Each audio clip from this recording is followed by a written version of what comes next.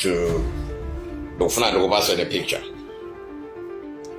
Nthawi zambiri timati tikamakamba tikabwera pa TikTok ndikumakamba nkhani za ndale za watu pamabwera anthu ena otukwana, anthu ena okuti nzeru alibe safuna kumvesesa zimene anzawo tikufuna kunena. Lero ndifuna ndingokupasani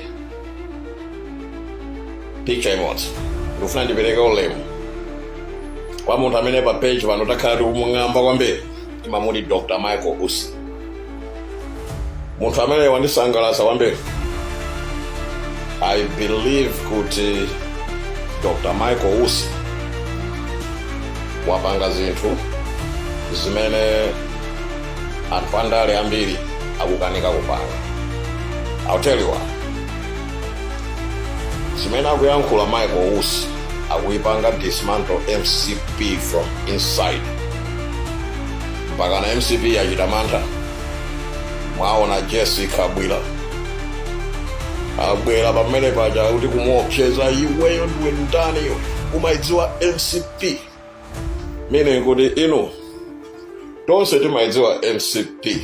Ukatuza ifeyo kuti umaidziwa MCP, basically you're telling us kuti mukufuna kumupha Micheal Usi ndethe umaidziwa MCP language, rhetoric. Omano ngati munamupha chilima muonesese kuti Micheal Usi mukhale super smart, because ndikamutukana nzeru kwambiri amaoneka kuti because ndi comedian, anthu a comedy, anthu timapanga undermine, koma Micheal Usi waonesa kuti ndi wanzeru kwambiri.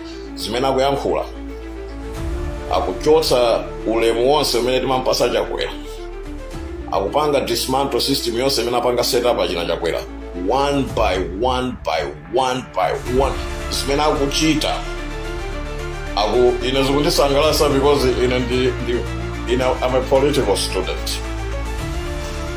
I follow global politics. Ndimafuna ndizipanga understand mene anthu akuganizira, mene anthu akuyendesera maiko awo. Zimandisangalatsa. Am I right? Ndipanga publish my books, ndipanga publish 2 books at once where I have my political views. But pakali panopa, I want to give flowers to Dr. Micheal Usi. Munthu amene wandisangalatsa kwambiri. I want to give him his flowers as he's there right now. I want to say, Micheal Usi, receive your flowers.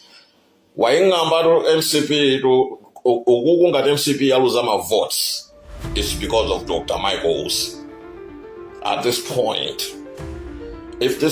in time, if we can understand the way the politics is going and we are approaching the elections in Malawi, you have to understand that it's Dr. Micheal Usi that has actually dismantled the whole system of chakwera.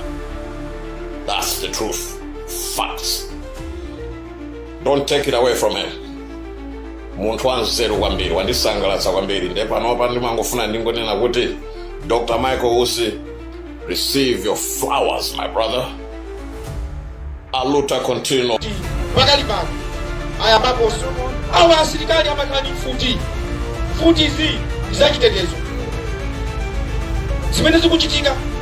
Asilikali itakwesa futi zanu zokai kunoko alande futi so akalanda futi asilikali so akalanda futi afuna nditani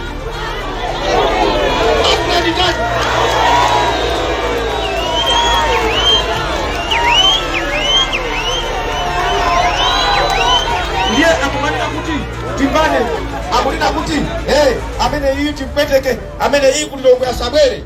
Ndati neta kuyenda kuchokera pano basi ukafika kulilongwe konko.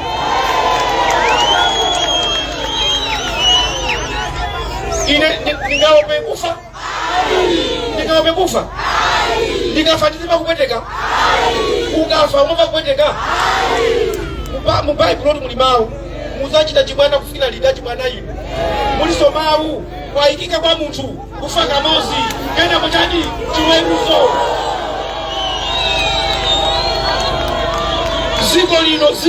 Ziko lino chikafuna kukonza osa maopyezana hii osa maopyezana olwakadipa andija anditafuna